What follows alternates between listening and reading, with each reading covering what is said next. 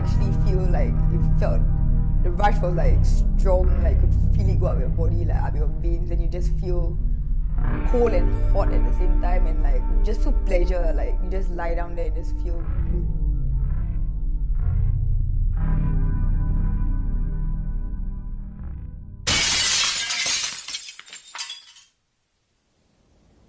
Lara was a lovable and bubbly child, always laughing and running about.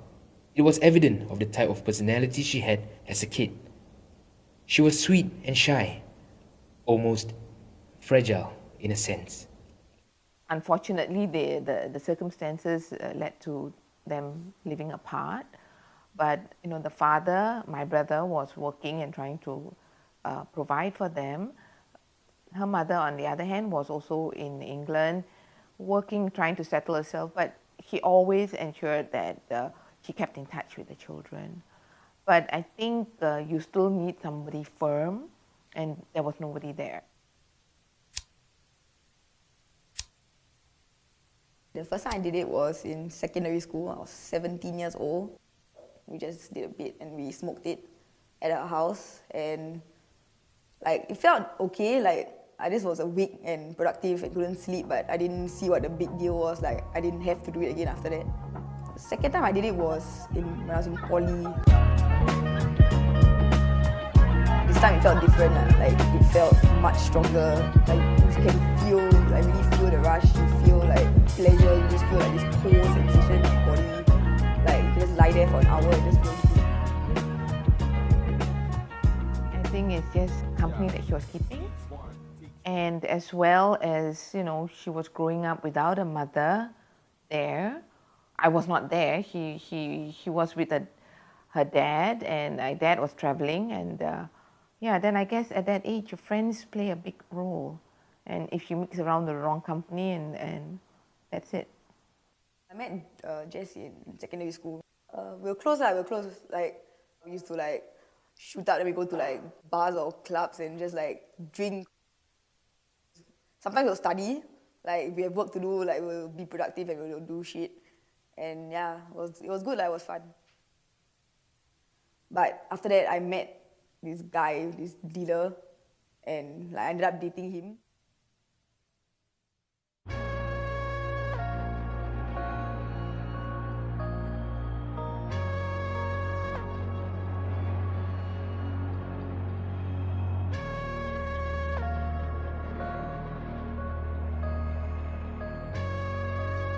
And that's when it became quite bad because he always had a lot on him. You couldn't start the day without it, like shoot, wake up, eat, then shoot again.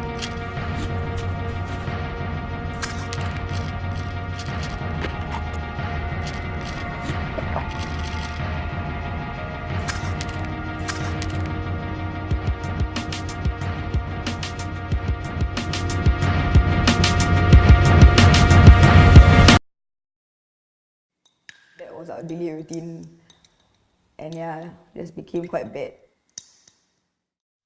With no proper guidance in her life, Lara found herself getting sucked into even deeper waters, slowly deteriorating physically, mentally, and emotionally, leaving no certainty she'll ever get better. She said she's done with it and she wanted to stop. It's not just your fight, it's our fight in a sense. For me, everyone has some addiction, whether it's food, alcohol, or, for me, my addiction was actually nicotine, and I actually said, okay, I will try to quit my cigarettes. You quit your drugs. I quit my drugs. Yeah. Okay. She gave me the bag and I threw it in the bin. I started sleeping in the hall because I was still suspicious that she might actually go out at night and actually take it. And turns out she did. She just waited for me to fall so deeply asleep that I wouldn't even realize that she left the house. So she went down, she dug up the narcotics, and she took it again the very next morning. And that's when I found out, like, okay, she's really, really hooked to it. I was upset. I was really sad, actually. You and I know what that is, right? Hey, I tell you many times already, why you still taking... I need it to be normal, okay? I need to study. Okay, I need to be happy. What do you mean be happy? Huh? Hey, you want to be happy? Come. You shoot me up. Are you crazy? It makes you happy, right? No, it doesn't. Why are you judging me? I just need it, okay? I'm okay, I'm okay. You really want to be happy? It makes me feel happy. You shoot me. then Okay, fine. You wanted it. You wanted it. Despite saying no, she would never do that to someone else. She would never do that to harm someone she loved and all that. It seemed like all of that so-called conviction and all that was just thrown out the window the very next morning. Felt my efforts were kind of for naught as well. None of that admiration, none of that, cousinly love and all that was there for me at that point in time. All I saw was someone who was really under the influence of the drug. And that's when I gave up.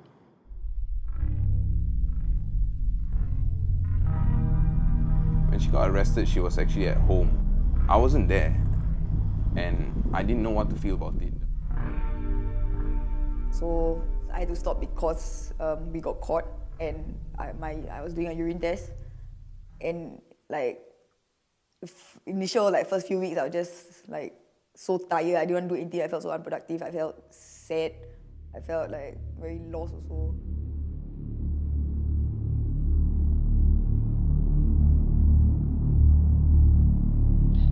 Sometimes you don't even know what you're feeling, just nothing. It can last for years until you actually regain all your chemicals in your head, all the dopamine that you've lost. Because it takes up a lot of your dopamine. If you do a lot, then your dopamine is really very imbalanced.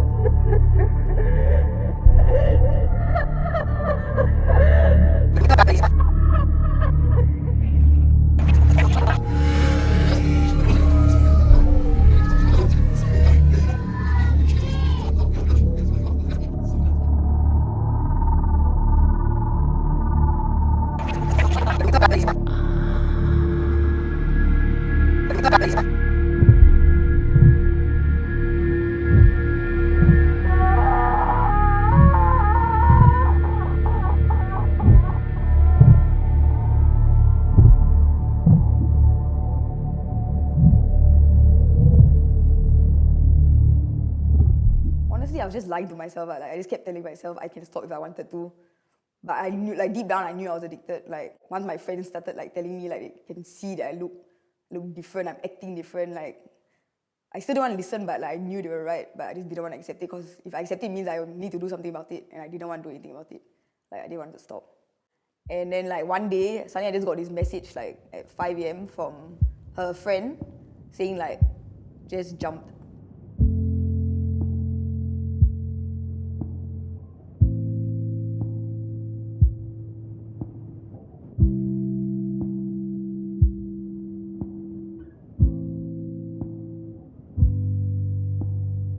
I thought it was fake. I thought it was some joke at first, some sick joke. And I called her I wanted to find out what the she was talking about. And then that's when I found out she actually did jump. And no one actually knew why, but there were people saying that she was on meth, and that's why, because she seemed fine she had trips planned and everything was okay.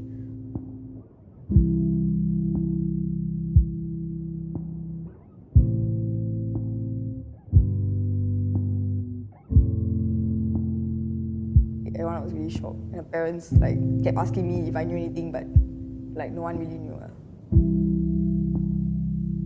And one day he just told me he just couldn't do it anymore. He just didn't want to care anymore. He felt very shitty.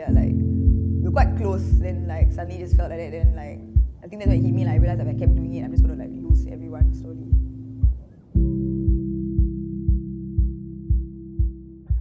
I just made sure I had shit to do. I just wanted to be busy. And honestly, that helped. It kind of was a way of running away, but slowly my willpower became a bit stronger. I had less cravings, and it did help.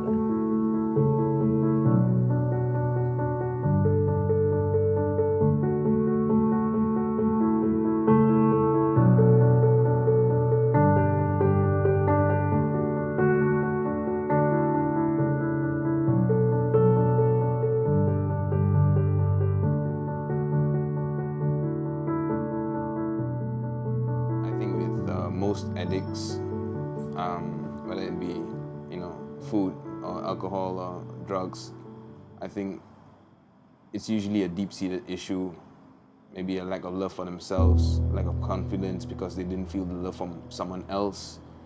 People who mattered weren't there. And I think overall it's a very difficult thing to actually develop for yourself. If you've lost it, you know what I mean? You have to find it again, that love for yourself and to be confident enough to live without whatever's sustaining you.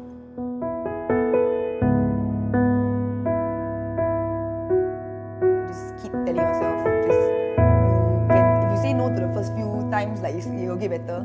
It doesn't straight away fix itself, but it slowly does get better lah. So I just had to keep reminding myself and just surround myself with people that like were there for me, which helped a lot. Like honestly, people like around me helped me a lot.